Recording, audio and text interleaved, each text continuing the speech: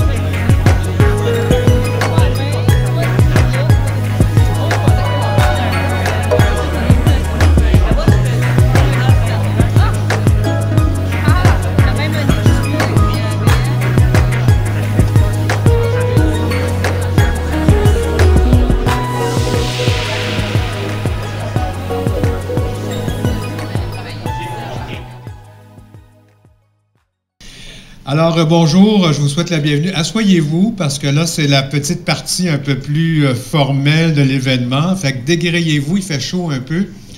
Oui, asseyez-vous, parce que on va présenter un nouveau livre aujourd'hui, une gracieuseté de la Fédération québécoise du loisir littéraire qui aide à financer l'événement aussi aujourd'hui. Et le livre s'appelle « Quelques extraits de vie » que j'ai lu avec beaucoup de plaisir. Je pense qu'il y a un mois de ça, on s'en est parlé d'ailleurs. Un recueil de courtes nouvelles, puisé un peu dans des observations de la vie de Richard, puisé aussi dans son imagination très fertile, mais des choses assez surprenantes et des thèmes qui sont venus me chercher. On a beaucoup parlé dans son livre du suicide d'un jeune gay, et c'est assez poignant. Moi, ça m'a beaucoup touché quand je l'ai lu. Puis ce suicide est raconté par deux différentes personnes, la personne qui s'enlève la vie et un ami qu'il rencontre. C'est assez intéressant. Alors, on devait faire un peu de musique, puis on n'a pas ce qu'il faut pour le faire. Alors, il y avait une toune qui voulait absolument qu'on fasse. Alors, mon Dieu, ça va sur Internet, je vous dis tout de suite, je vais avoir de la misère avec mes boss, mais j'ai pas. Il y en a qui prennent un petit coup, moi je mange. Il y en a qui fument un petit coup, moi je mange. Un petit bout. Puis après ça, puis là, je suis pas capable de chanter comme elle, là, mais j'en ai fait un petit bout. Ça. Voilà, ah, on a une vraie chanteuse ici. Je vous présente donc Richard Bradley. Richard, où est-ce que tu as pris l'inspiration de ce livre-là? Bon, mais comme tu le mentionnais, c'est des observations que je fais un peu partout. Ce sont des fois des gens qui me racontent leurs histoires. Alors, comme par exemple, l'extrait que je vais vous lire, ça se passe dans un restaurant. Alors, je suis un amateur de restaurant, et quand on va manger seul dans un restaurant, c'est extraordinaire ce qu'on peut entendre. Oui, c'est ça, il y a des conséquences. Ah, je suis pas fait, je suis ignoble, c'est pas grave. Il y a une place en enfer qui m'attend. Tu as publié à compte d'auteur, c'est quand même pas facile à faire. Alors, parle-moi un peu de l'expérience du compte d'auteur, comment tu t'y es pris? Bon, à compte d'auteur, parce que à un moment donné, tu envoies des manuscrits à des maisons d'édition, tu reçois des refus. J'ai commencé, le premier manuscrit que j'ai envoyé, c'est en 1975, imaginez-vous, là, quand ça fait un bout de temps. Et puis, donc, il y a des refus, il y a des gens qui prennent une couple d'années avant de te répondre, si te répondent. Et donc, j'ai dit, c'est un de mes amis qui m'a dit, tu devrais le publier. Ton histoire est intéressante. Donc, je l'ai fait à compte d'auteur. C'est un ouvrage, parce que là, tu n'es pas un auteur, tu deviens un éditeur. Et il faut que tu t'occupes de tout. Mais c'est valorisant aussi parce que tu as le droit de choisir ta page couverture, tu as le droit de choisir le caractère d'imprimerie que tu veux, et tu écris et tu publies l'histoire que toi, tu désires. Et non pas, je me souviens, à un moment donné, j'ai envoyé un manuscrit de maison d'édition qui m'avait dit « Ah, c'est très, très bon, mais il y a le chapitre 7, ça parle de réincarnation, et notre meilleur auteur a écrit un livre sur la réincarnation, et on voudrait que vous appuyiez sa thèse de réincarnation. » Bien là, j'ai dit « Moi, ça ne me tente pas de parler de réincarnation comme étant quelque chose de vrai, si je m'en sers dans un roman. » Bien, si vous ne publiez pas sa thèse de réincarnation, on ne publie pas votre livre. Bon, ben laissez faire. Alors, je l'ai publié à mon compte et ça a été le chapitre que j'ai gardé tel quel. Une des choses que j'aime beaucoup de ton style, parce qu'on s'en a beaucoup parlé, Richard, c'est quelqu'un qui a été un enseignant, qui a parlé donc à des ados pendant une bonne partie de sa vie. C'est un prof de maths, il faut le faire. Hein? Des enfants. Des enfants. À l'élémentaire, j'enseignais toutes les matières. Toutes les matières. Mais je sais que tu as étudié en maths. Oui, j'ai un bac en maths. Alors, et ce que j'aime quand on lit un texte de Richard, c'est un texte qui n'est pas simpliste, mais il est simple. Et on sait que quand on lit la première phrase, puis on arrive à la dernière, ça suit, puis il y a une raison logique pour ça.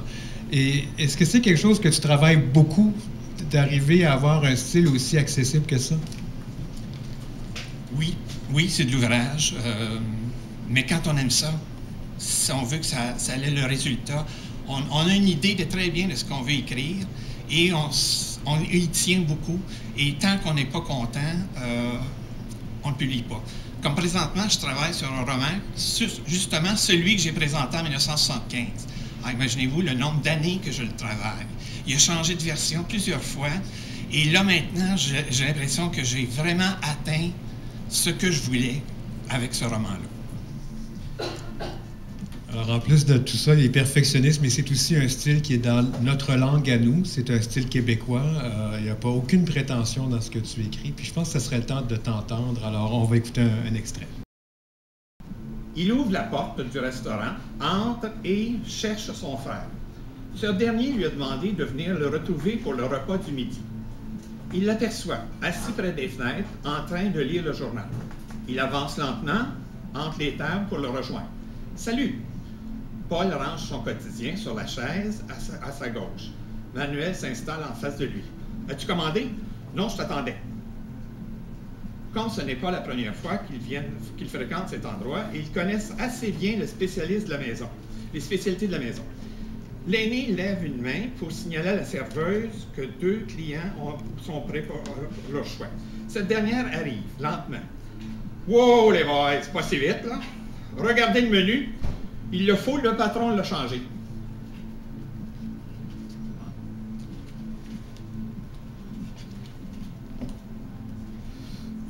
Ah, les nerfs, hein?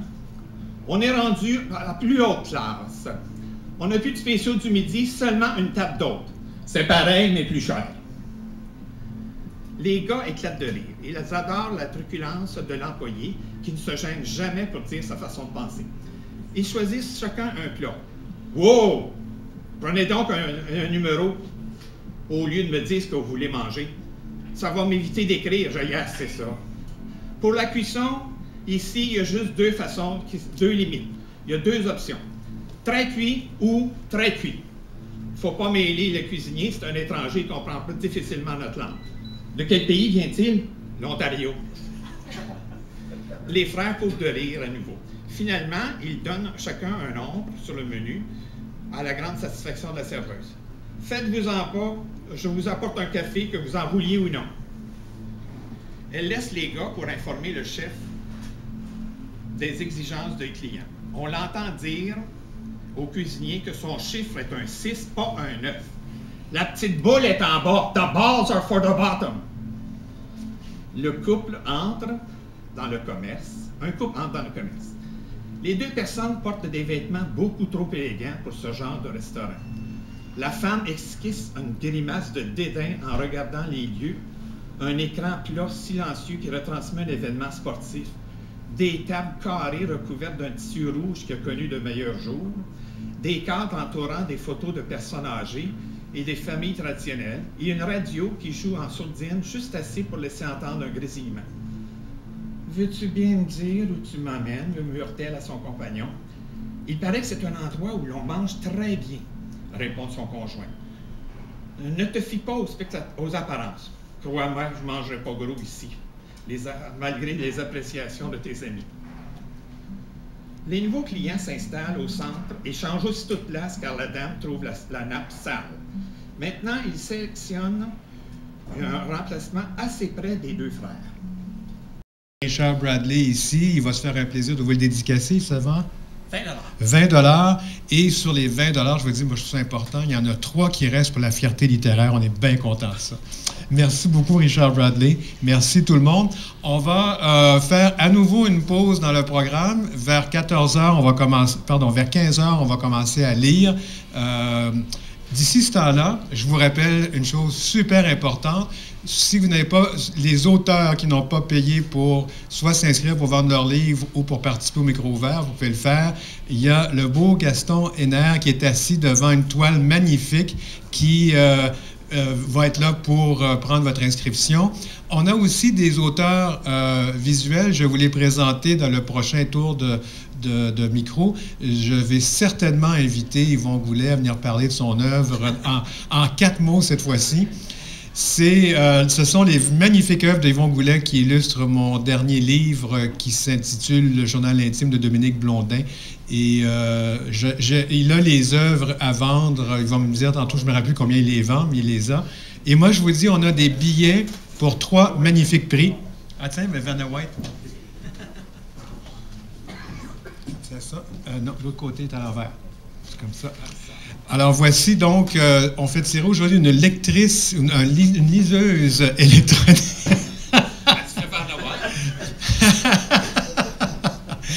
Et qui est une gracieuseté de notre commanditaire, les éditions Dédicaces, qui sont ici représentées à cette table. C'est une valeur de 140 $. On vend les billets 2 $ chacun, 3 pour 5 $. C'est vraiment une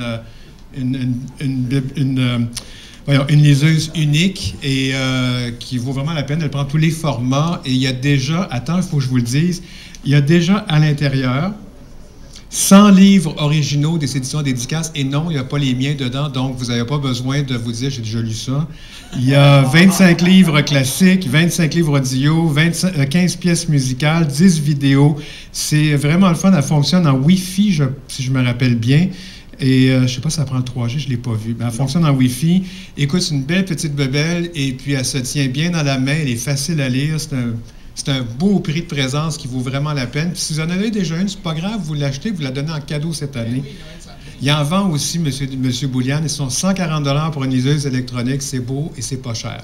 J'ai aussi, pour ceux ou celles qui aimerait bien avoir une transformation avant Noël. Et là, ça risque d'être difficile parce que les rendez-vous vont être pris, mais j'ai une transformation d'une valeur de 200 $. C'est chez Studio MW.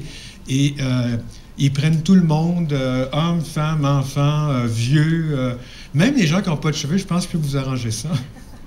Alors, on fait tirer ça aussi. Et on a un autre prix qui est un bon d'achat d'une valeur de 25 $ chez Les Petits Gâteaux. Ça, c'est bon, c'est cochon, c'est bon. Alors, voilà, on vous laisse tranquille pour à peu près une petite demi-heure, puis on revient avec le micro ouvert. Merci.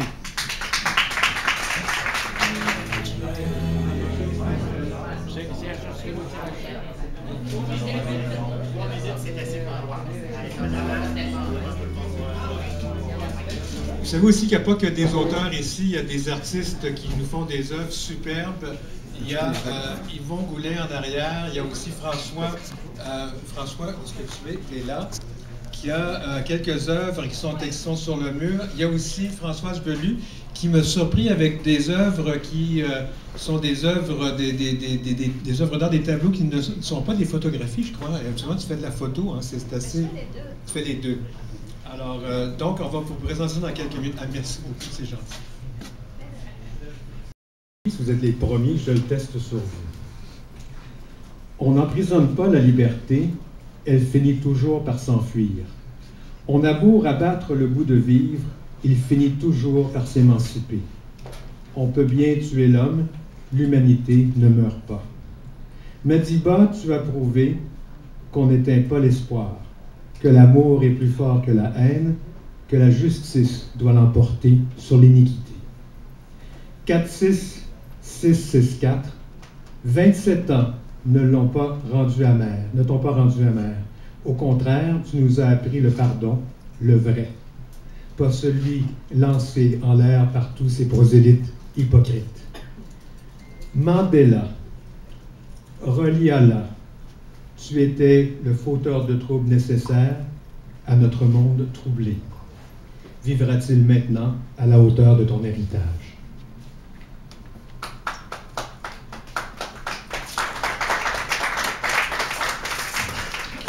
Alors, certains qui me connaissent, vous savez que je suis dans ma vie celle qui paye mes factures. Je suis journaliste à la télévision et beaucoup des événements du monde m'affectent, mais on nous demande toujours dans mon travail, non pas d'être insensible, mais d'être impassible. Et beaucoup de ce que je ressens vis-à-vis des événements, je dois le garder pour moi. Mais de temps en temps, j'écris un texte dans lequel je me permets d'évoquer certaines de mes réactions ou de mes émotions. Certains d'entre vous avaient déjà entendu ce texte. Je vais vous le lire, mais je pense que la plupart ne l'avaient pas déjà entendu. J'espère que non. Chemin de fer, voie d'enfer, d'un ballast élimé à l'autre, les convois avancent et tanguent, tremblants, sur les rails rouillés vers ton morbide destin. Chargement lourd, précieux, plus que la vie, plus que la mort. L'or noir qui couvre d'argent, prospecteur, producteur, raffineur, revendeur, mais qui appauvrit tous les autres qui pourtant en dépendent.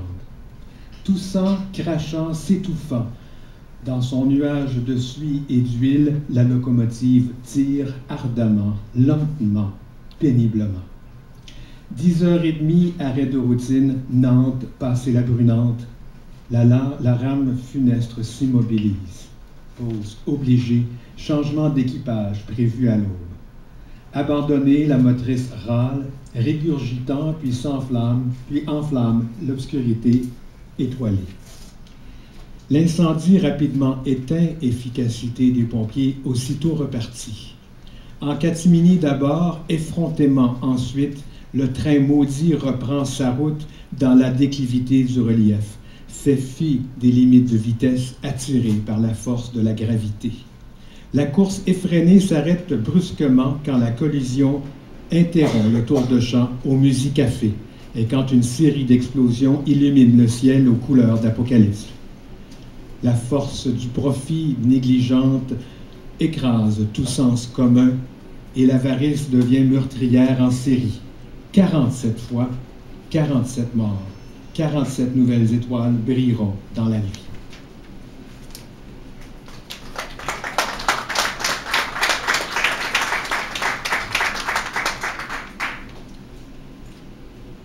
Le prochain texte, c'est une petite tape dans mon dos. Il a obtenu un diplôme d'honneur cette année au concours Europoésie, Rencontre européenne Europoésie, sur le thème de l'UNICEF, l'enfance, aide et protection. Pieds nus, petites mains gercées, doigts blessés, Rupa se meurt de... Excusez-moi, je vais reprendre. Pieds nus, petites mains gercées, doigts blessés, Rupa se meurt de douleur. 15 ans, trop jeune pour le boulot, mensonge facile, employeur sans scrupules, Rupa se meurt de complaisance.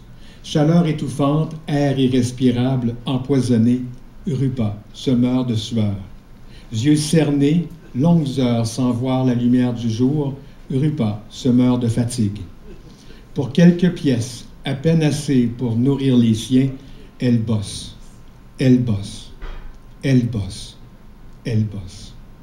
10 heures, 12 heures, du matin au soir, elle coupe, recoupe, découpe, elle coupe, découpe, recoupe.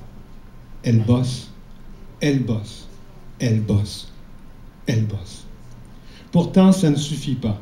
Le soir, elle vend son corps à ses patrons, aux patrons de ses patrons, aux amis de ses patrons, aux ennemis de ses patrons, aux indifférents de ses patrons.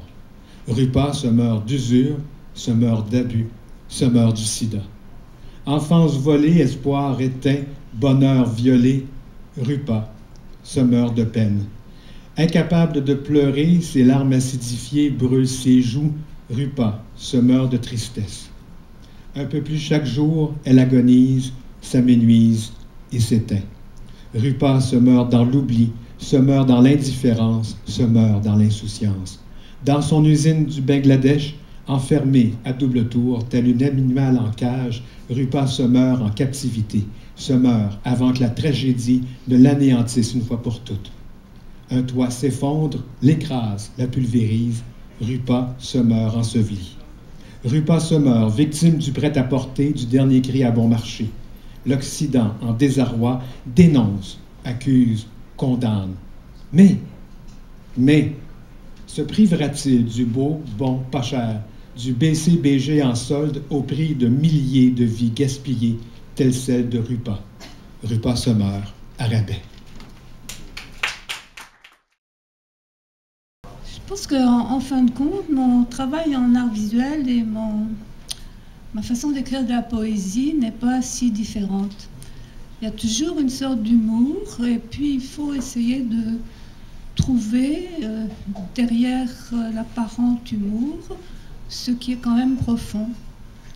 Donc là, c'est apparemment très simple, hein. C'est un lapin très stylisé et à côté, c'est écrit « charmant ». Donc, on peut le voir comme une œuvre totalement enfantine, mais on peut voir aussi que c'était sur un journal, et puis qu'il y a des petites annonces où on peut s'annoncer comme charmant pour des choses bien précises, puis que c'est peut-être pas toujours merveilleux pour celui qui se vend comme ça. Donc, voilà, ça, c'est pour mon petit lapin, très gentil.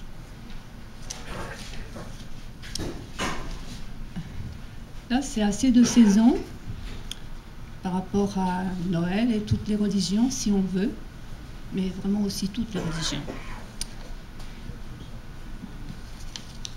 Croisade. Il faut toujours, il faut encore, il ne faudrait pas avoir à revenir à la croix. La croix et la croyance. Je crois à ceci, tu crois à cela, je te mets en croix. Pourquoi? Parce que nous n'avons pas la même espérance. Et je pars en croisade avec ma croix et ma bannière pour te martyriser, pour te tuer de mille manières. Intolérance tous azimuts. Écrasons l'infâme, cher Voltaire. Quand cesserez-vous de lapider les femmes adultères et de jeter en prison ceux qui font l'amour autrement que vous?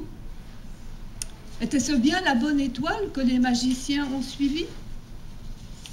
Les autodafés en témoignent.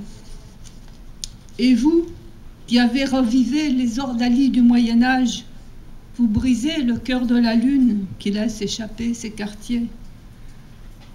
Divinité, humanité, humaine déité, quand naîtrons-nous pour nous sauver?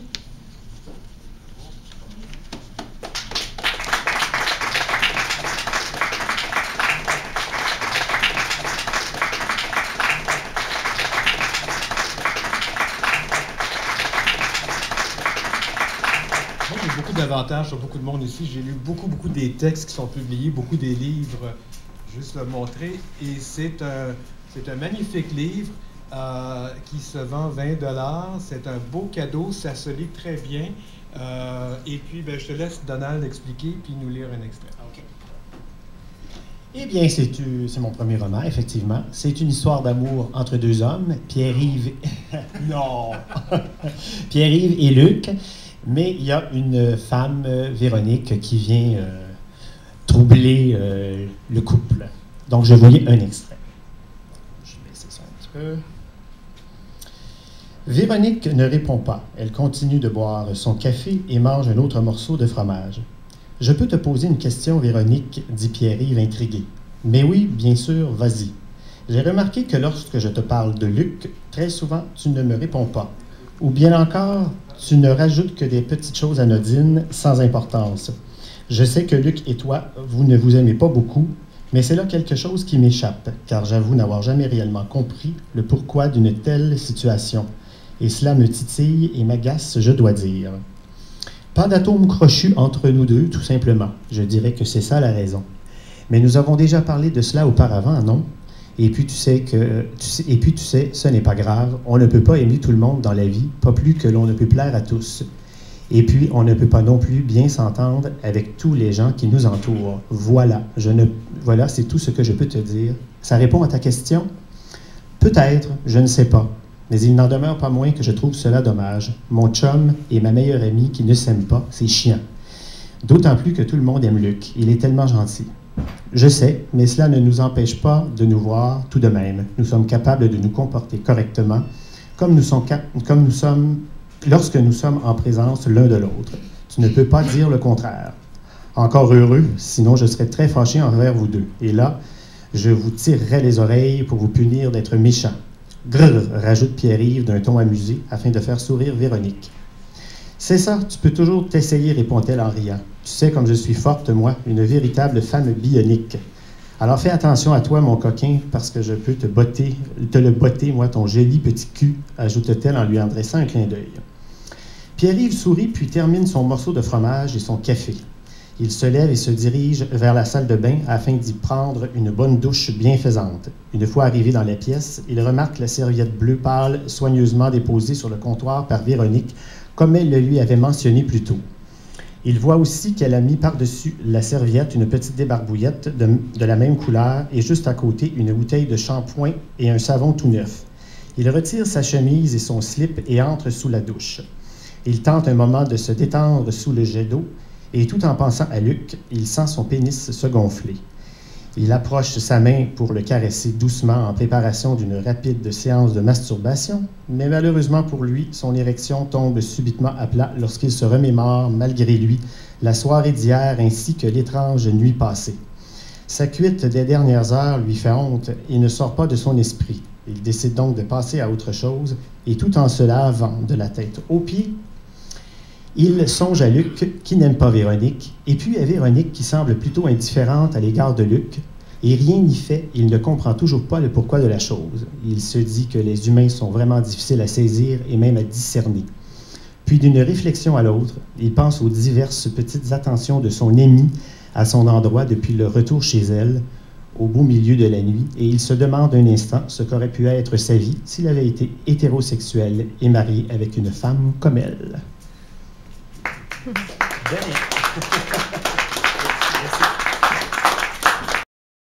Alors donc, c'est Donald Bilodeau qui a publié le livre « La dérive du passé », publié aux éditions Dédicace. On l'a en vente ici. Je vous le rappelle, c'est important, il y a toujours mon beau Gaston qui a des beaux billets à vendre. Puis ça vaut vraiment la peine. Alors allez-y, on fait tirer ça dans à peu près 1 heure. Ça fait que c'est des beaux cadeaux de Noël. Puis si vous ne voulez pas l'utiliser, le bon, pour vous faire, je suis certain qu'il y a quelqu'un à qui ça ferait plaisir. Le prochain lecteur, et non le moindre, c'est la personne qui est commanditaire de cet événement aujourd'hui, qui s'est donné la peine de venir avec ses livres et ses liseuses. C'est un éditeur qui n'a pas peur de publier des livres où il y a le mot pénis et masturbation là-dedans. Est-ce qu'il y a des enfants ici? Non, hein? Je pense que j'ai rien écrit comme ça, moi, dans le mien. Je suis pas sûr, non? Je sais pas, j'ai en mémoire sélective. À mon âge, j'ai le droit. J'aimerais vous présenter donc poète qui est devenu éditeur par la suite et qui a publié, écoute, j'en avais compté, je ne me rappelle plus, c'était combien de livres? 180? On a plus de 200. Plus de 200 livres maintenant. Toute jeune maison d'édition, les éditions Dédicace. On va écouter à ce moment-ci Guy Bouliane. Bonjour tout le monde. Je vous remercie d'être venu ici à ce très bel événement littéraire. J'aimerais remercier particulièrement Denis Martin-Chabot, qui fait de très grands efforts, des efforts louables, pour encourager, pour développer la littérature gay, mais aussi la littérature en général ici au Québec et probablement ailleurs au Canada et en Europe. Donc, je te remercie. Moi, personnellement, je sais c'est quoi travailler dans le milieu littéraire et même culturel, puisque je suis dans ce milieu depuis une trentaine d'années. J'ai commencé par la poésie. J'ai commencé à écrire de la poésie sérieusement à partir de l'âge de 18 ans. J'ai publié mon premier recueil à l'âge de 20 ans et j'en ai aujourd'hui 51 ans. Donc, comme Denis Martin disait, ben, nous, on est fiers aux éditions Dédicace de commanditer l'événement, la fierté littéraire. On fait tirer une liseuse numérique pour encourager l'organisation. Donc, moi, je vous encourage, c'est certain, bon, on n'est pas très nombreux, je vous encourage à acheter des billets de tirage pour essayer de gagner justement cette liseuse numérique qui contient une centaine de nos livres, c'est-à-dire dans les vrais mots, ben, il y a une valeur d'environ 1 000 $ de livres à l'intérieur. pour tous ceux et celles qui ne gagneront pas la liseuse, vous pourrez toujours l'acheter au prix de 140 $. On remet 10 $ à l'événement à Denis Martin pour contribuer à la fierté littéraire. Donc, ce que je vais faire, c'est que je vais vous lire un poème. Je l'appelle mon classique. C'est un poème que j'ai écrit dans la début vingtaine et que j'ai publié dans mon deuxième recueil de poésie qui s'appelait « La bataille des saints ». Le poème s'appelle « Préface aux dirigeants ». C'est un poème qui était d'actualité à l'époque et qui est toujours d'actualité.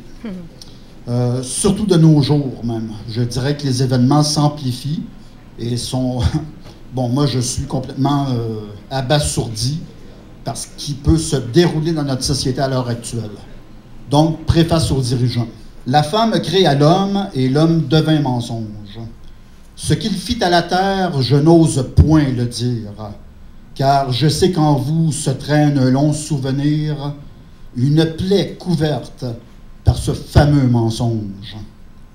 Hypocrite rêveur, qui, d'un repos sordide, amassez plus d'argent dans vos nombreux tiroirs que l'amour nécessaire à ces grands yeux humides qui plongent leur regard dans les abîmes noirs. Chacun semble d'accord, il faut cesser la guerre, mais qui de vous ira brandir le drapeau blanc? Le prince ou le roi, la reine d'Angleterre, ou bien vous, messieurs, honorables présidents? Je sais bien, pauvres gens, mes paroles futiles.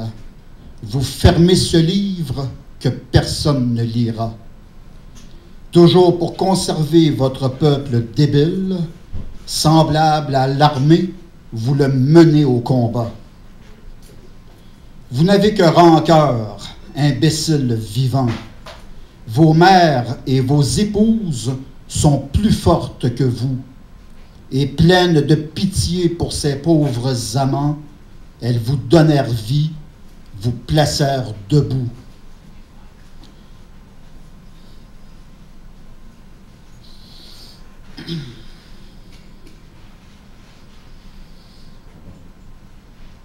Un peu émotif. Mon côté poète ressort. Maintenant que le regret habite nos têtes, le vent souffle sa mort sur nos corps embaumés. Le monde, je l'espère, reprendra de sa fête lorsque vous, bons messieurs, serez bien enterrés. C'est beau. Bravo, Guy. Merci beaucoup.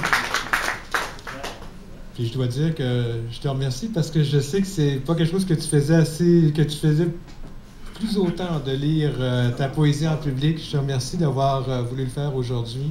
Ça me fait plaisir. Puis je pense que c'est quelque chose à répéter. Alors, on va s'en reparler, Francine, on va régler ça.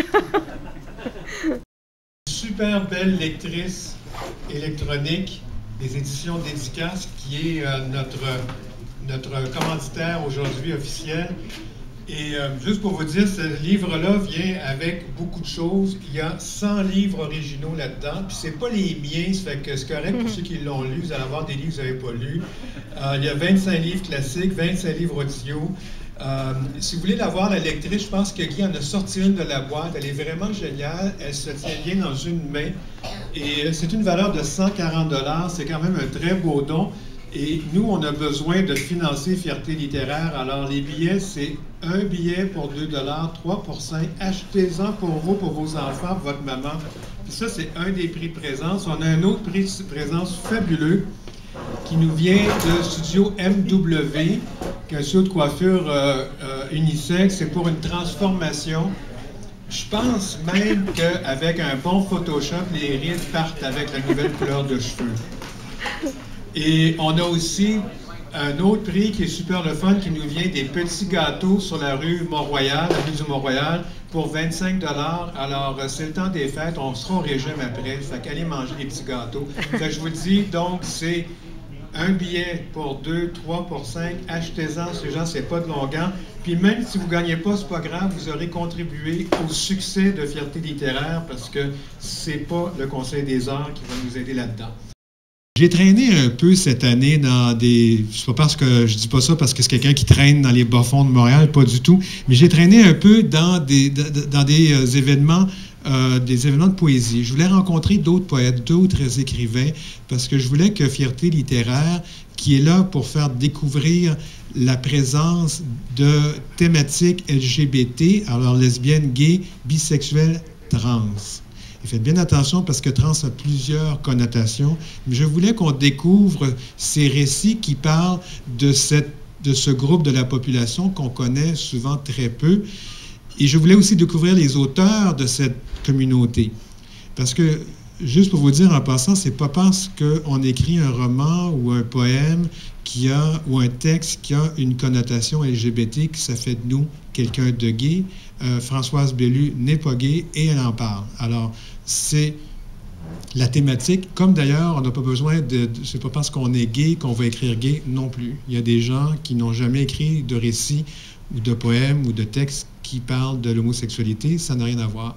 Mais l'idée de la fierté littéraire, c'est justement de célébrer cette littérature, qu'elle soit athématique ou pas, qu'elle soit écrite ou pas par des gays, mais de célébrer la littérature qui fait partie de ce qu'on est. Et ça s'inscrit, comme je vous dis toujours, dans la fierté Montréal. C'est le fun de faire le party, c'est le fun de défiler, de voir des beaux gars moitié habillés. Moi, j'aime bien ça, mais j'aime aussi de temps en temps que l'on puisse parler d'autres choses. Alors, voici comment j'ai découvert cette prochaine personne qui va lire. Je suis allé dans un... Je ne sais plus lequel, je crois que c'est le Solovox. Hein? Et là, on s'est jasé, puis j'ai dit, t'es bien intéressante, toi, puis à un moment donné, elle va lire quelque chose, puis là, j'ai dit, ah bon, j'avais pas compris ça. Puis je vous le dis pas, elle va vous le dire elle-même, Pascale Cormier. Merci, bonjour. Bon, moi, j'ai pas de livre à vendre, malheureusement, mais j'ai quand même eu le plaisir de publier cet automne pour la première fois. C'est un collectif à l'Arc-en-Ciel littéraire, Crescendo en sol interdit. Alors, ça vient de paraître, il devrait être en librairie, vous pouvez le commander sur le site de l'Arc-en-Ciel littéraire. C'est la première maison LGBT spécialisée en littérature LGBT à Montréal. Et je vais publier mon premier recueil par le même éditeur. Je suis en train d'envoyer par terre. Non, non, je ne vous lirai pas ça parce que c'est des poèmes érotiques et puis il est un peu tôt. Alors, ça m'arrive moi aussi de mettre le mot pénis dans mes poèmes. Mais pour aujourd'hui, je vais vous lire un extrait donc, de mon premier recueil qui va paraître au printemps, qui s'intitule La fille prodigue. Alors, je vais vous lire 2 courts poèmes tirés de ce recueil.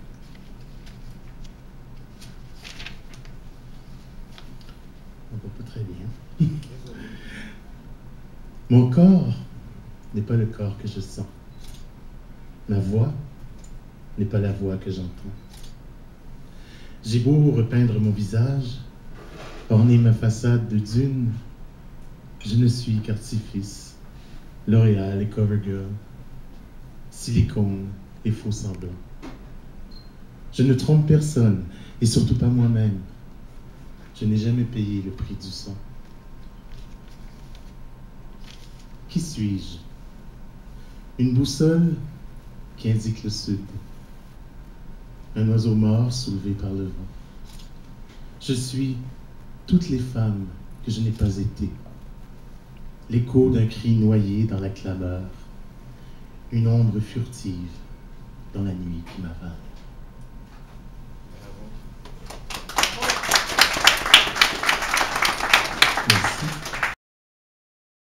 Alors, je vous disais que je découvre des gens un peu partout comme ça, et puis dans des rencontres littéraires, dans des rencontres de poésie, dans des micros ouverts. La prochaine personne, c'est assez extraordinaire parce que nous avons une amie commune qu'on adore par-dessus tout, une bonne personne qui a l'air d'une bonne grand-maman, tu sais. Puis là, tu te dis, « Hey, elle se tient avec toi, ça n'a pas de bon... » Non, c'est pas fin ce que je dis. En fait, la personne dont je vous parle, et en passant, il reste des sièges en avant. Je vois qu'il y a des gens qui sont debout. Il n'y a pas de problème. J'ai eu mon vaccin contre la grippe, donc je ne vous passerai rien. Non, sérieusement, parce qu'on en a encore pour un bout. Vous allez trouver ça long. Puis je veux que vous restiez jusqu'à la fin, parce qu'il y a des très bons lecteurs qui s'en viennent. La prochaine poète, écoute, c'est pas compliqué. Si je vous racontais tous les prix qu'elle a gagnés en littérature, en poésie, on serait ici jusqu'à demain matin. si je vous disais tout ce que je veux dire sur cette personne-là, on serait ici jusqu'à demain soir. Nous avons une bonne amie commune, comme je vous disais, qui est Yannick Bello, une grande poétesse qui a gagné des prix elle aussi. Et de m'imaginer ces deux femmes-là ensemble, je trouve ça tellement drôle parce qu'il y en a une qui a l'air d'une bonne grand-maman, puis l'autre a l'air d'une petite tannante, rebelle, elle est tatouée, elle est partout, puis je te dis à quelqu'un, mais ce qu'elle raconte, c'est extraordinaire, et j'aimerais vous présenter Diane Descoteaux. Merci, Denis Martin, ça n'a pas d'allure. Je pense que j'étais loin, j'avais le temps de me déjeuner avant dedans. C'est vrai. Bon, en tout cas, vive Yannick, hein, grâce à elle, on se connaît aujourd'hui. C'est super. Je veux féliciter Pascal avant moi. En tout cas, j'avais des larmes. Le premier, là. Es-tu là, Pascal? Ben, juste là. Oui, rien. OK. Ben, tout le monde, vous êtes tous bons, mais c'est quand ça m'arrache une larme, je ne suis pas capable de te le dire. Alors. Vous m'entendez, là? Oui. Ben non, moi, je viens. Ah, ben parfait, pas de problème. Vous m'entendez bien? Moi, je vois très bien ici. Ma muse bien-aimée.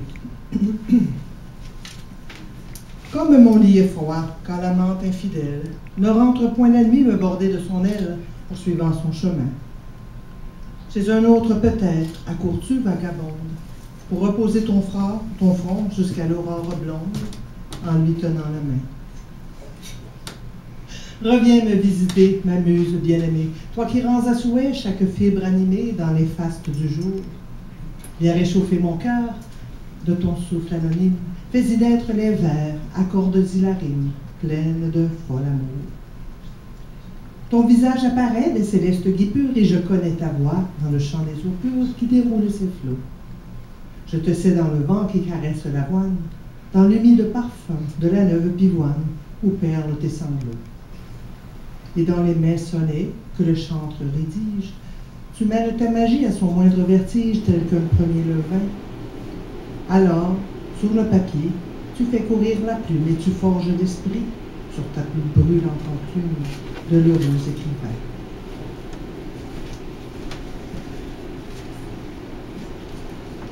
Ange ou démon, cher enfant de l'automne, ô prince des ténèbres, un seul de vos regards me glace les vertèbres. Qu'êtes-vous, l'ange ou le démon? Peu m'importe duquel il se fait mandataire, je veux suivre les pas de ce loup solitaire dans l'Éden ou l'Armageddon. Je me brûle à l'éclat de vos beaux yeux d'ébène. Sont-ce les feux du ciel ou ceux de la géhenne qui leur donnent cette splendeur? Ah, quel noir océan mouille votre encolure, et quel fleuve libère en cette chevelure ces flots houlés chargés d'odeur. Vous êtes de mon sang, la principale artère, la source qui m'abreuve et qui me désaltère, le fruit dedans lequel je mens, et qu'il soit bien ou mal, que de pâlir d'envie, d'être vôtre et d'offrir un fragment de sa vie, je vous aime ainsi, sans remords.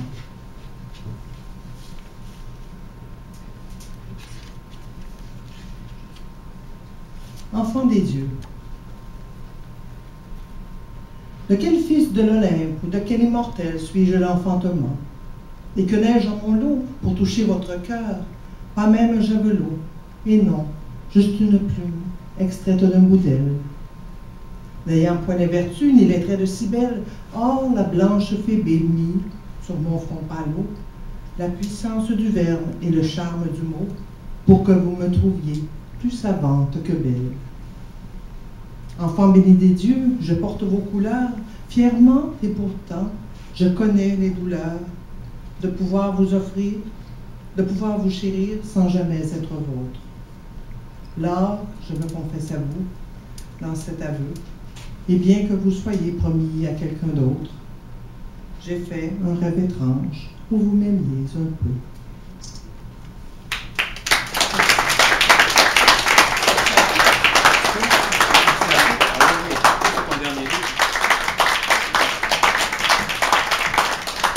Alors, la prochaine personne, c'est le fun. On s'est connus un peu comme ça par Internet.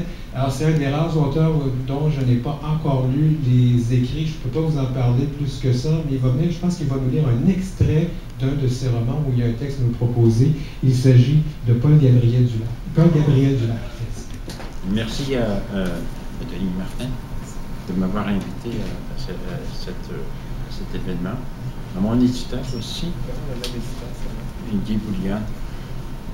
Je vais vous dire tout simplement quelques mots sur le temps est court, hein? Nous avons que 3 minutes. Alors,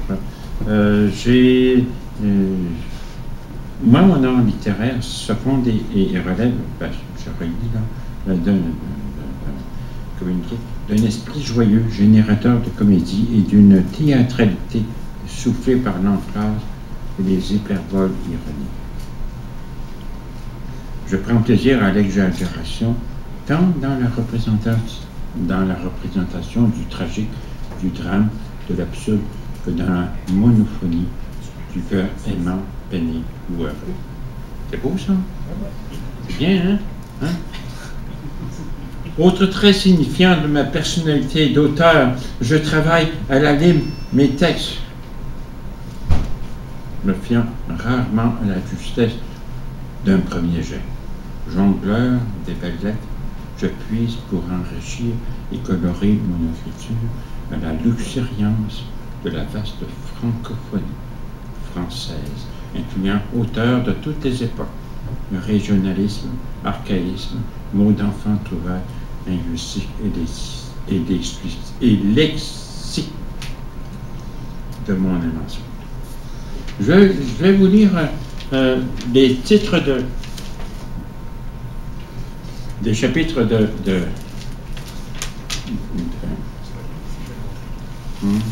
non, c'est pas celui-là. C'est pas celui-là. Il s'est trompé, Corbin. Je vais vous lire les titres de mes chapitres. Le premier, d'abord, c'est je n'ai aucun confort personnel d'être fan du sexe. Non. Aucun. Alors, il y en a 94 comme ça. Le premier, un maudit froid de canard qui ne s'accorde pas sur ma raison. Ma désomédine me met l'eau à la bouche. Je ne peux pas voiser en raison de ce désamour qui me trouble. Ah, si la reine de notre salvation. Ah, si la reine de notre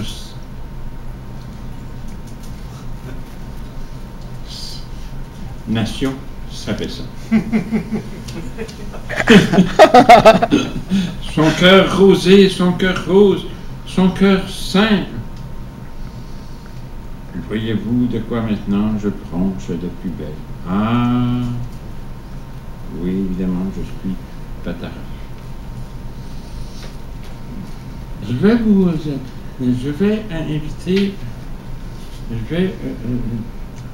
inviter une personne parmi vous à personnifier ma Juliette. Moi, je suis Roméo. Mamie, mon cœur s'assère, à foison émue, toujours plein. Vous voyez, je vous baise vos pieds de vos muscles buccaux. Vous voyez, mamie, je suis pertuis et tout conchié d'angoisse de vivre sans elle comme Mouchelet, ainsi que Dieu le veut pour un coup d'eau. Qui va faire mamie, là? Qui va faire ma Juliette? Qui va faire ma Juliette? Bon, je vais répondre pour elle. Pauvre fou, je suis frappé. Pauvre fou, je suis frappé droit au cœur que vous ayez pour richesse au monde que le cœur brisé de l'homme tout court. Vous avez dégénéré dans une fausse d'erreur. Tant votre raison peu émerveillable fait défaut au tracé de la beauté qui s'étend largement à la ronde. Ah, ces douleurs sans pareilles que vous soyez bandés de méchantes braies jusqu'au menton. J'ai entendu des mots maintenant, là. Roméo reprend. Ainsi me voilà bien puni, enragé et ballotté, d'être mauvais larron et sani de bosse sur le pavé. Ah, dame, pitié de moi. N'ayez toute créance pour ouïr et bien répondre au succès espéré de ma requête. De vous rapetasser, me frotter le front et secouer les oreilles, puis mettre mon nez sur votre bouton et votre fleur naïvement coloriée par mon imagination de ce que j'entrevois sous votre robe qui se déchirerait à la messe.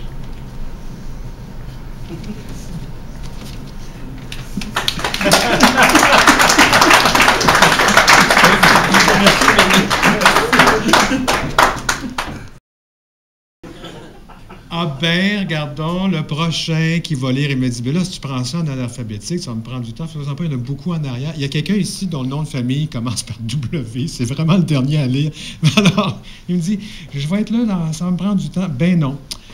Alors, Richard, c'est un ami de Donald Bilodeau et on s'est rencontrés, je pense, à la fête des éditions dédicaces au Stade olympique.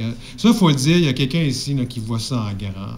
Écoute, les éditions dédicaces, on va faire la fête, on va faire ça au Stade olympique. Je ne sais pas si vous savez, j'ai voulu me marier là, à un moment donné, puis je regardais le prix que ça coûtait, puis j'ai dit, je pense qu'on va se marier en bas chez nous. Ça me coûtait moins cher, tu sais. Puis il y a même eu un avion qui est passé, tu sais, avec édition dédicace dans le ciel.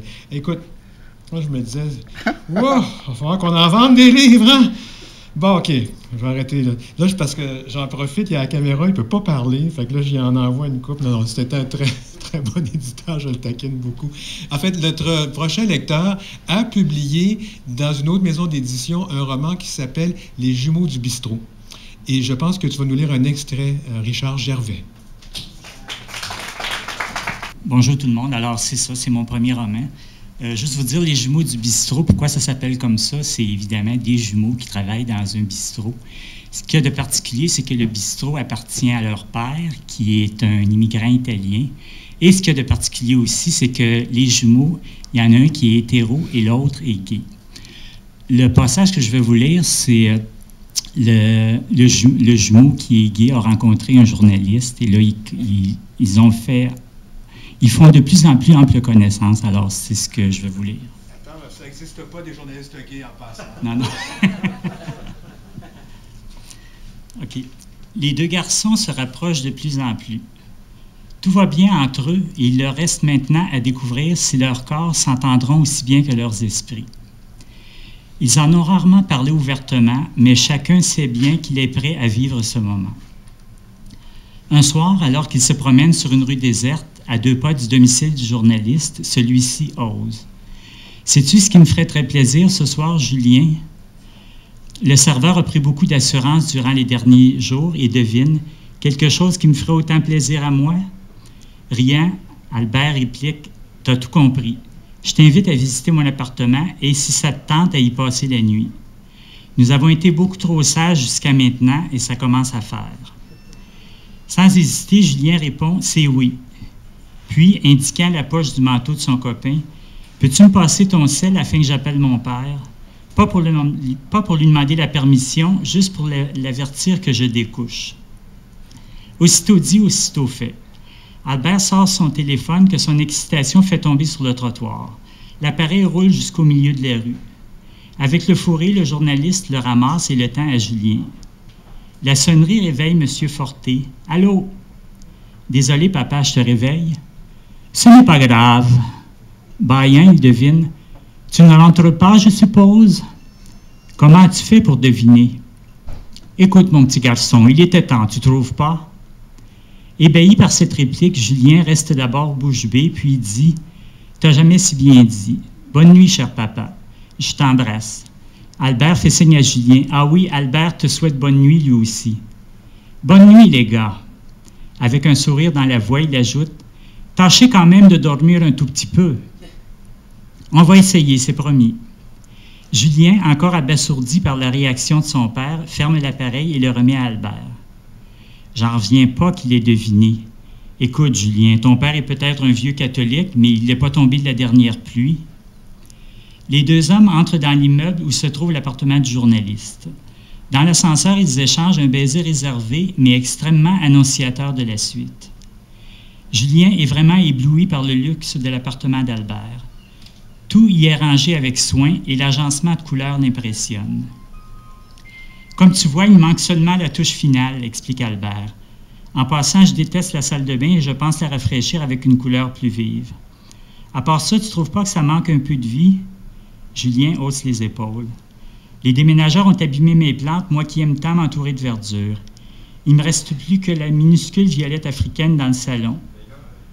Je devrais acheter autre chose, peut-être deux ou trois cactus ou alors un figuier. Je ne suis pas décidé encore. Intérieurement, Julien pense que quelques plantes vertes seraient un beau cadeau pour Albert. Il devra se souvenir de ce détail. Dès qu'il a terminé de faire le tour, le journaliste suggère au serveur « Veux-tu prendre une douche? » « Oui, à une condition. Je t'écoute. Si tu te joins à moi. » Pour plaisanter, le journaliste réplique, la bouche fendue jusqu'aux oreilles, « Mais t'es une vraie petite salope. » Éclatant de rire, les gars retirent en vitesse leurs vêtements et s'enlacent en s'embrassant voluptueusement. Puis, se chatouillant tendrement, ils se dirigent au pas de course vers la salle de bain. Je vous laisse imaginer le reste.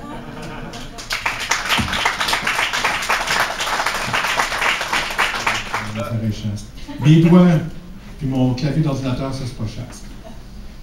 Ce qui apparaît à l'écran, je te dis que des fois l'ordinateur, oh, il y a chaud. Le prochain lecteur, c'est aussi quelqu'un de très surprenant. Sous sa carapace et son regard très profond et son allure un peu, je dirais même, d'un dur à cuire, se cache un homme qui, aux émotions profondes. Il est sobre maintenant depuis plus d'1 an. Chaque jour sur Facebook, il met le chiffre 384, 385. C'est important parce qu'il célèbre le fait qu'il a cessé de boire. Mais c'est un poète qui a, comme je vous le dis, un style incroyable et une grande profondeur. Il nous a surpris à la Fierté littéraire lors du micro vert de août. Il nous a écrit un petit poème, La vitesse, racontant une histoire d'amour entre deux hommes, alors que lui, il vit une histoire d'amour avec une superbe personne qui s'appelle Sonia. J'aimerais vous présenter donc Yvo Jean Paul. Tonton Fifi tapette. Tonton Fifi tapette. Tonton Fifi tapette. Ouais. À tous les jours du calice, il entendait ces mots-là. Puis du taxage, puis tu vas me voler des livres, puis tu vas me voler ci, puis tu vas me voler ça. Pas de joueurs dehors dans le cours d'école.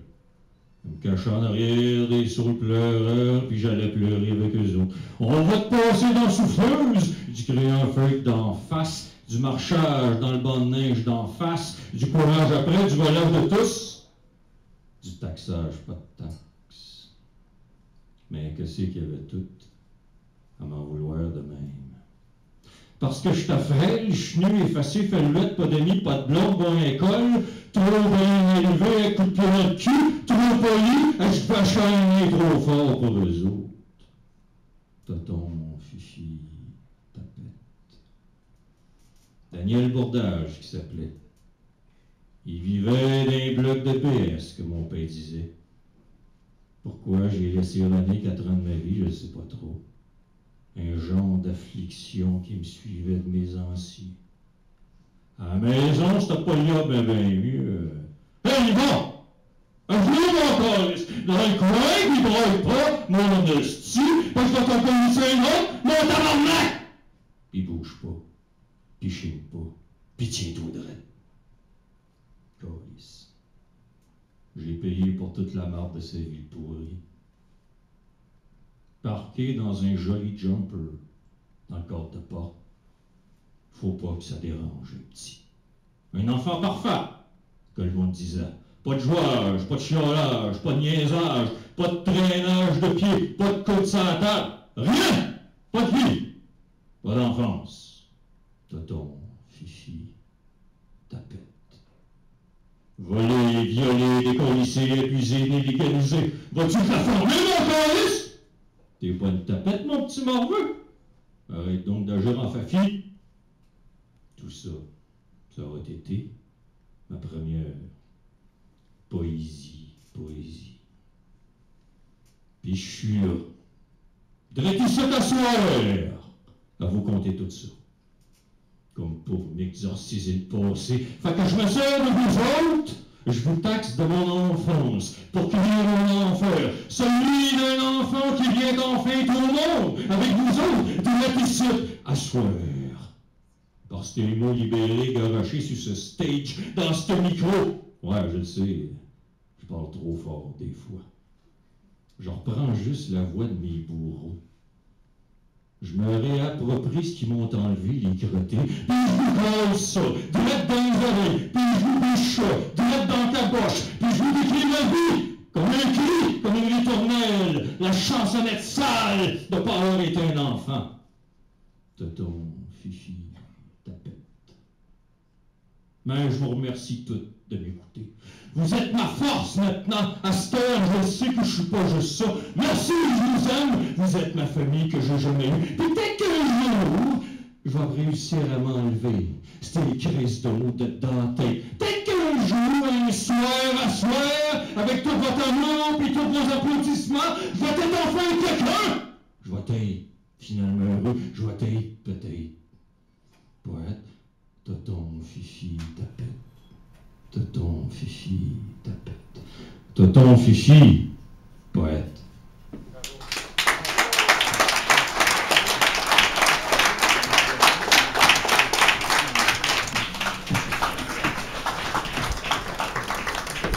Bonjour tout le monde. Moi, en fait, je représente Transgenre Canada. Et c'est un peu sous ce chapeau-là que je me présente aujourd'hui, étant donné que les livres que j'ai faits, en fait, ça voulait d'abord être des ressources pour les écoles parce que j'ai travaillé longtemps dans une école où est-ce qu'ils souhaitaient faire de la lutte contre l'homophobie. Donc là, on venait voir, est-ce que tu connais des livres qui parlent de l'homosexualité pour les enfants? Je ne sais pas pourquoi ils m'associent à l'homosexualité, on ne sait pas. Toutefois, je leur ai dit, vraiment, il n'y en a pas. Je leur ai dit. Pour les enfants, il n'y en a pas, à part si on veut parler d'homoparentalité. Et je leur ai surtout donné une piste, en fait.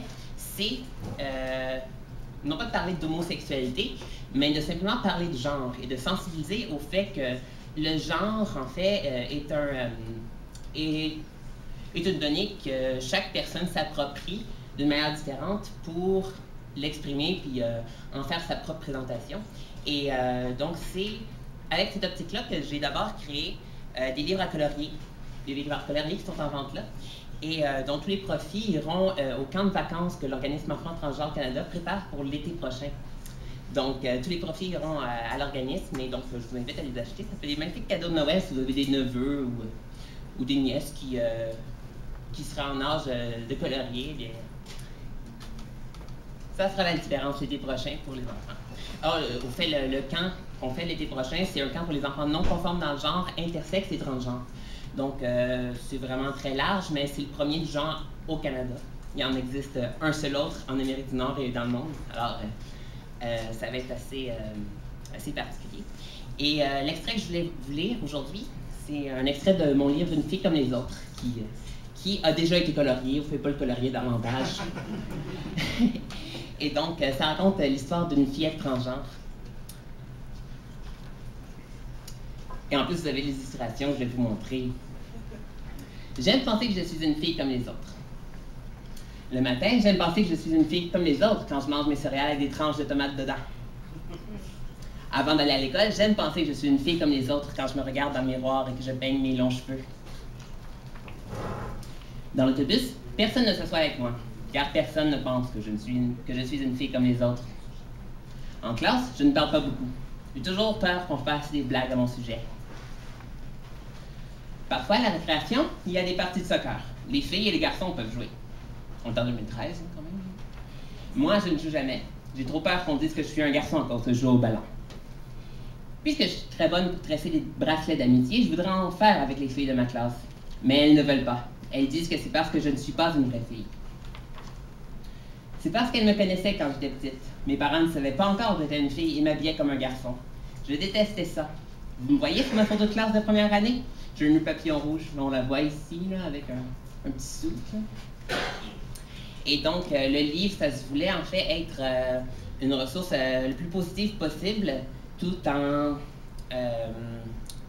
parlant des discriminations et de l'oppression que vivent ces enfants-là dans les écoles.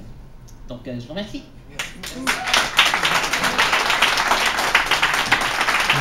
Le fun, ce que tu fais, oui, la littérature pour enfants, et avec cette thématique-là, c'est quand même pas rien. Puis en passant, les livres à colorier, là, c'est pas vrai. Il y a beaucoup de monde qui aime ça. Je vais vous rappeler une anecdote. On avait demandé, je ne sais plus à quel politicien s'il lisait, puis il dit oui, je colore au moins 3 pages de mon livre à colorier tous les jours. Vous pouvez mettre n'importe quel nom de politicien. Alors là, j'arrête de faire des blagues parce que on a pris du retard. La prochaine lectrice, c'est quelqu'un aussi que j'ai rencontré il y a plusieurs années. Nous étions ensemble dans une autre organisation littéraire et on a fait des espèces de foires du livre ensemble et puis on a bien rigolé. Surtout que, je pense que je peux le dire parce que de toute façon, c'est connu, c'est parce que le jour... je voyais son frère, puis le soir, je voyais sa sœur. Ça fait que c'était compliqué à un moment donné, puis là, j'ai pas fait le lien avant plusieurs mois. Je suis quand même assez intelligent, je vous le dis, mais c'est juste que des fois, il y a des choses que c'est tellement évident que je peux pas le voir. Moi, je pense que la vie est plus compliquée que ça. Je suis journaliste, je pose des questions, tu sais. Alors, j'aimerais vous présenter Caroline Ladouceur. Alors, je vais y aller avec la double personnalité en commençant. J'écris sous 2 noms. OK. Alors là-bas, vous allez trouver, parce que là, je fais la promo de Martin. Voilà. Alors là, c'est le pitch, quoi. Non, moi, c'est bon. 2 romans sur le travestisme et la transsexualité, écrits sous le nom de Robert Tessier, à 12 $ plutôt qu'à 20 $ en librairie, parce qu'on enlève la commission du libraire, du distributeur, tout ça, donc profitez-en. Mais là, ce que je vais vous lire, c'est Carole qui l'a écrit. Ce sont des poèmes qui essaient d'expliquer la genèse de Carole. Donc, je vais vous en lire un ou 2. Le premier s'intitule « Être soi », mais « soi » avec un « e ». Seul un soir, sans raison, on ouvre le tiroir de bas de nylon. On se gaine de soi et la douceur gagne nos jambes et nos doigts. Vite un peigne pour être plus belle encore, fouillons la boîte au trésor. On se drape dans la joie d'un bustier, d'un serre-taille, que l'étreinte vaille de 1000 bras. Ô ma mère, où est le soulier de verre qui sortira Cendrillon de sa prison? J'ai mis le tailleur noir au bouton doré, accroché des bijoux nacrés. J'ai souri au miroir, m'y suis vu, reconnu. Le sac fier à l'épaule, ce n'était pas un rôle. Éprise de dentelle, je suis elle, je suis moi, je suis soi, je suis belle. Éclatante, éclatée, je suis sortie humée, l'air de la liberté pour la première fois.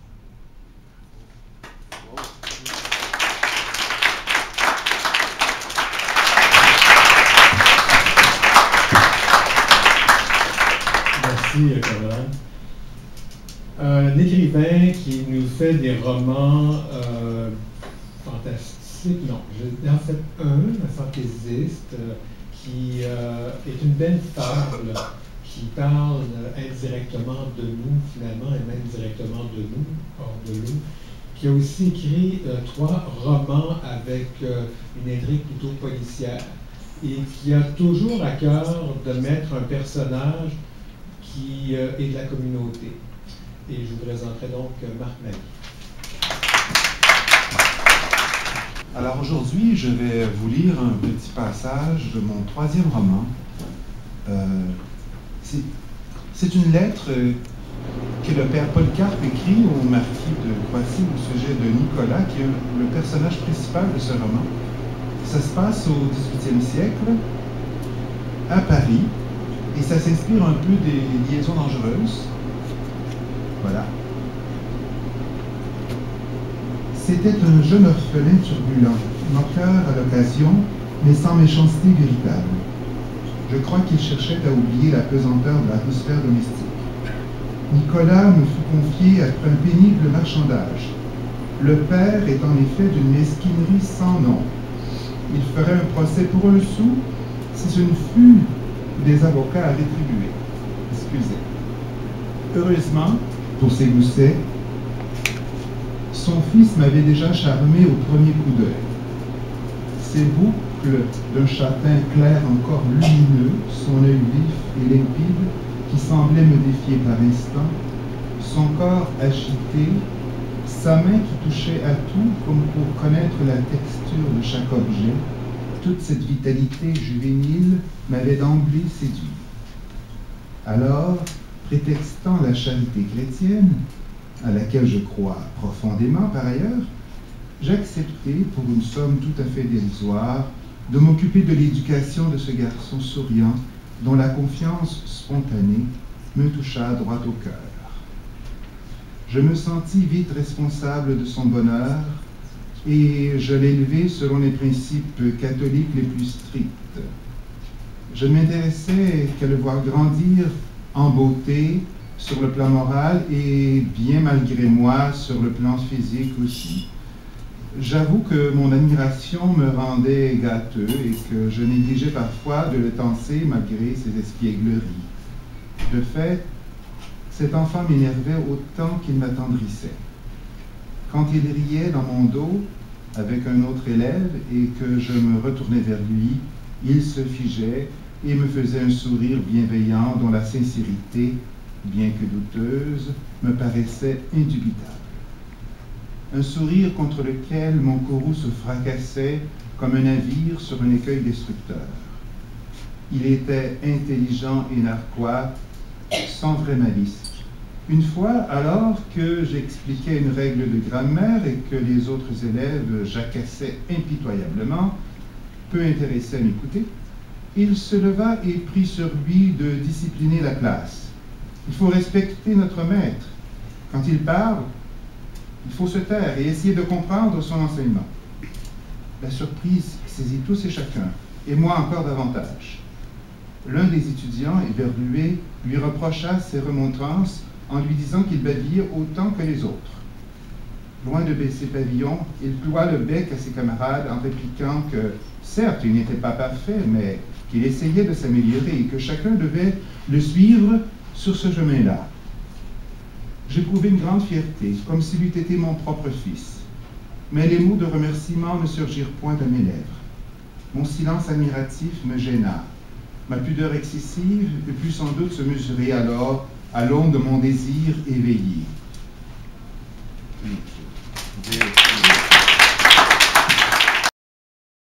Moi, je vous rappelle toujours qu'on va essayer de faire ça vite parce que je voulais faire le tirage d'ici 15-20 minutes. Alors, on a encore 1, 2, 3, 4, 5, 6 lecteurs. Et après ça, je vais vous faire un dernier call pour acheter des billets, puis on fera le tirage. Alors, le prochain lecteur, c'est mon voisin. Et puis, c'est aussi un artiste qui a quelques œuvres. Là, malheureusement, avec la lumière, je ne les vois pas, mais il va vous en parler lui-même. Il y a quelques œuvres ici. Il a aussi illustré le dernier recueil des éditions L'Arc-en-Ciel littéraire, un recueil de nouvelles et récits qui s'appelle « C'est la fin du monde ». C'est une de ses œuvres en page couverture. Un très bon artiste et aussi un très bon écrivain. Puis je crois qu'il nous lit, je pense, un extrait soit de son roman publié ou le prochain. François, merci. C'est vrai qu'on ne voit pas grand-chose. Bon. Je vais essayer de le retrouver. Je m'excuse, je suis vraiment surpris. OK. Donc, c'est un petit bout de texte du deuxième roman que je viens de terminer, que je vais envoyer la semaine prochaine dans les maisons d'édition. Donc, en préparant sa valise, Isabelle avait pris soin d'y glisser quelques petits cadeaux de couple que Georges Alexandre lui avait donnés au cours de l'année. Rien de bien méchant, des huiles de massage, de la lingerie érotique, des escarpins, quelques chandelles aux formes subjectives, un fouet malicieux. M'entendez-vous bien? Oui. OK. En réservant 2 semaines dans un club med, Isabelle se croyait prête à tout. Sur place, elle découvrit que Georges Alexandre avait une passion pour la plongée. La plupart des cadeaux de couple restèrent dans la valise, tout comme Georges Alexandre passa plus de temps que prévu sous l'eau. Pour aider son couple, Isabelle avait fait l'acquisition de 7 nouveaux petits maillots de bain. Qu'ils soient rouges, noirs ou bruns, selon les vendeuses des magasins, ils possédaient tous le pouvoir de faire tourner les têtes. Isabelle l'apprit à ses dépens. Elle passait rarement inaperçue et regrettait de ne pas avoir traîné avec elle un ou deux de ses vieux maillots de l'année précédente. Au bar ou à la plage, Isabelle avait repéré quelques femmes seules. Quoique plus toutes jeunes, elles étaient encore très belles. Trop bien coiffées, elles semblaient toutes en attente d'un homme qui ne venait pas. Isabelle était différente d'elle. Son homme était sous l'eau. Elle n'était pas seule. Elle n'était pas en reste, et pour le prouver, elle acceptait à l'occasion de passer quelque temps avec les hommes qui l'abordaient. Les premiers échanges entre les hommes et les femmes sont presque toujours ennuyants et prévisibles. Une fois qu'ils l'avaient repérée, les hommes s'approchaient d'Isabelle et cherchaient par tous les moyens à étendre leur prestation de mâle. Du rire trop fort à la performance sur le tremplin, Isabelle les repérait de loin. Seul Didier avait commis quelques variations. Il lui avait proposé une baignade à deux dans la mer.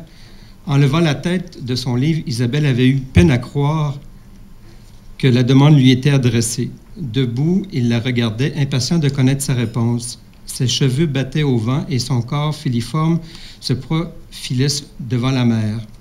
Avec son accent du Midi, Isabelle était certaine qu'elle avait devant elle le plus beau jeune homme de son lycée. Alors qu'elle se levait de sa chaise pour le suivre, elle avait envie de sourire. Derrière ses broches, ses dents se mariaient avec le blanc de ses yeux et faisaient ressortir son bronzage. Isabelle avait envie de rire. Pendant qu'elle entrait dans la mer, elle aurait aimé avoir encore 17 ans.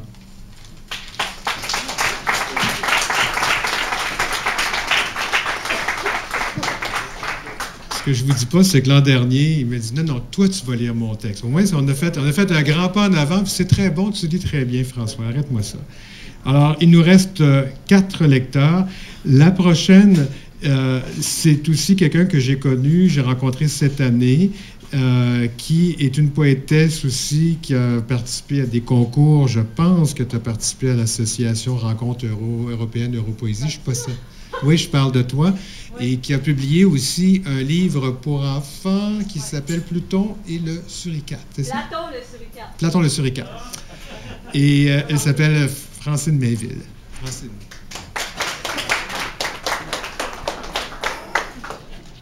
M'entendez-vous bien? Oui. OK.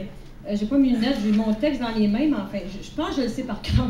Je vais faire un effort. Je vais juste vous montrer mon livre, Platon le suricate, un livre pour enfants, qui est illustré, des belles illustrations.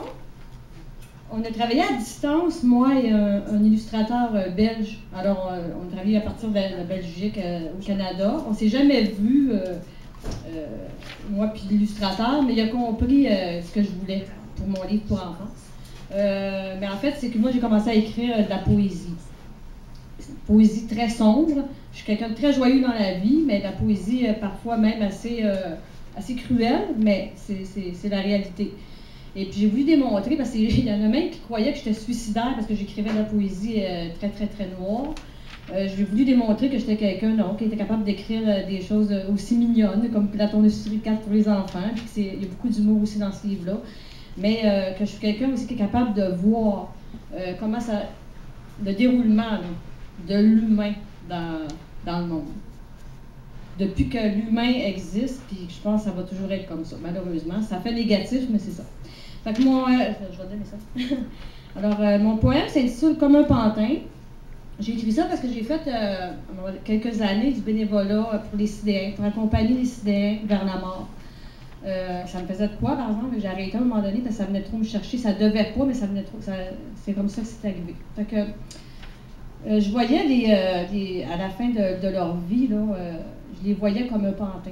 Puis ils devaient se sentir comme un pantin, ces gens-là. Puis pas non seulement les sidéens, tous les gens qui sont soit légumes, comme on dit, hein, les gens ils ont toute leur tête, mais qui sont complètement paralysés, et les gens qui s'en vont vers la mort. Là. Donc, c'est pour ça que j'ai composé ce poème-là. Je ne vois rien, je vais te le laisser, puis je pense que je m'en souviens. Alors, comme un pantin. Comme un pantin, on me fait marcher.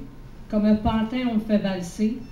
Secoué de tous les côtés, quand j'ai à peine repris mon souffle, on me bouscule et on m'étouffe. Comme un pantin, on me dirige et on exige que je voltige. Après ce délire et mes vertiges, on me lance au fond du placard et je m'enfonce dans mon cafard. Malgré les larmes sur mon visage, on me barbouille de maquillage. Je suis l'esclave de mon image, emprisonnée dans ce carnage. Comme un pantin, on me joue dans le dos, en s'amusant avec des mots, et moi, muet comme un pierrot, devant leur serment solennel, fait de secrètes polichinelles. Comme un pantin, je suis docile, forcé de marcher sur un fil.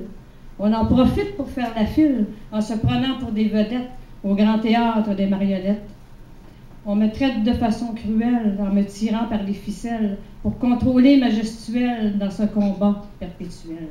Comme un pantin, on pense pour moi, en me privant de tous mes droits. Forcé de garder le silence, on n'a pour moi qu'indifférence, en ignorant mon existence. Je ne suis qu'un personnage de foire à qui l'on raconte des histoires. On me crée 1001 facettes avec le doigt sur la gâchette pour ensuite me réduire en miettes. Malgré mes cris, on m'entend guère, abandonné par tous mes frères, piégé dans ce monde à l'envers, ma vie sur terre est un enfer. Comme un pantin, plus rien d'humain. Comme un pantin, c'est mon destin. Je pense que je m'en suis souvenu.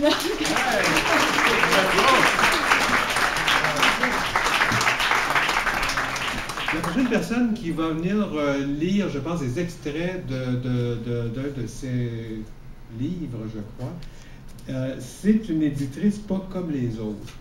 Mais moi, je l'aime, c'est pas de ma faute. Je suis pas capable de dire ça. Chaque fois que je dis pas comme les autres, j'ai toujours la phrase de Plamondon qui me revient. Et c'est une éditrice pas comme les autres parce qu'elle aime publier ce qui n'est pas habituel. Sa maison d'édition s'appelle L'Interdit. Et elle cherche beaucoup ce qui est assez tabou, alors ce qui a rapport à l'érotisme, à la sexualité et aussi à la criminalité.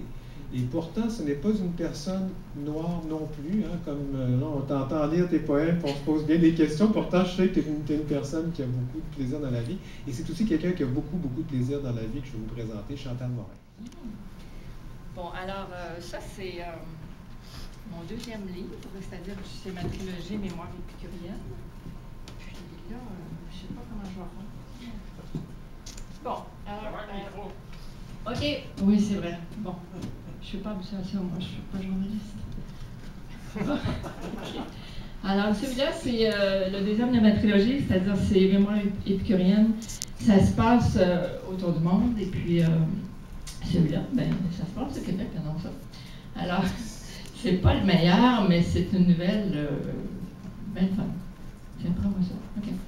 Alors, encore ce foutu réservoir d'eau chaude qui vient de flancher. Ça fait 2 fois que les réparateurs passent et le problème revient toujours. T'as qu'à changer de plombier. Tu veux que je t'en présente un? Tu en connais un compétent, toi? En fait, oui, mon plombier, Bob de son prénom, est aussi compétent à l'horizontale qu'à la verticale. Si tu savais comment elle a pris soin de ma plomberie le mois dernier, tu serais jalouse. C'est un sensuel et un sexuel. Un tout en un.